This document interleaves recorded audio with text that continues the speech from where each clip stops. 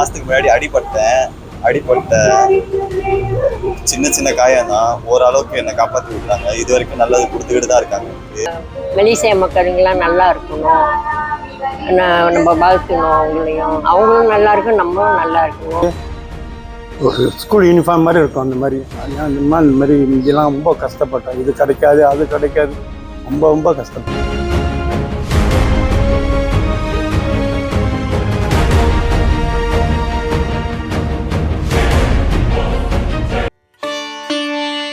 அனைவருக்கும் வணக்கம். தாயா மீடியா சேனலுக்கு மீண்டும் வரவேற்கிறோம். இன்று நாம் மற்றொரு அற்புதமான இந்து கோயிலை ஆராயப் போகிறோம்.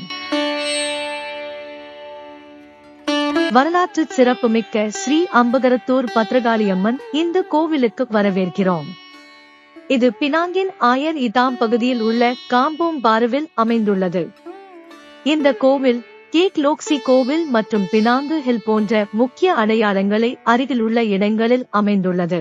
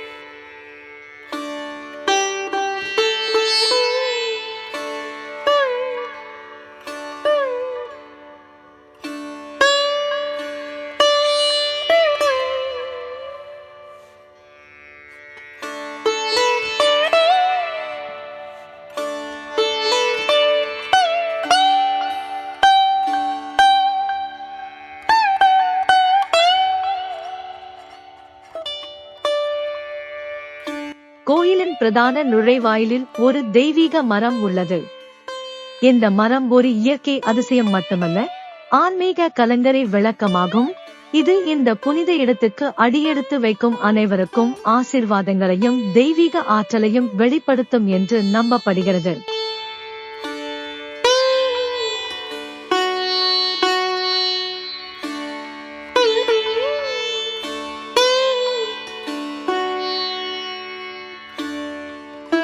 அனைத்து தெய்வங்களின் ஆசீர்வாதங்களையும் பெற்று அதைச் சுற்றியுள்ள அழகிய காட்சிகளை அனுபவித்து கோயிலை ஒன்றாக ஆராய்வோம்.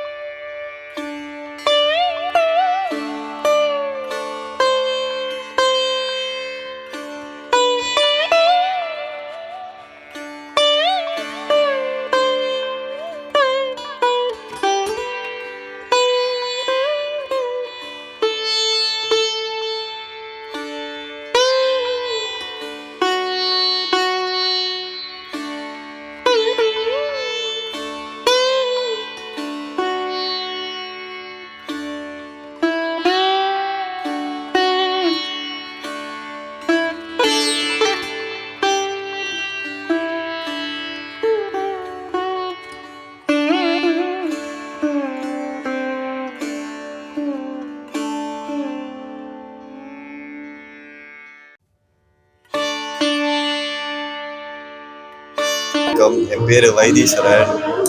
என் வீடு வந்து அல்மால இருக்குது. நான் இந்த கம்பூம்பாரு காளியம்மன் கோயிலுக்கு வந்து ஒரு 10 மாதம் ஆச்சு வந்து.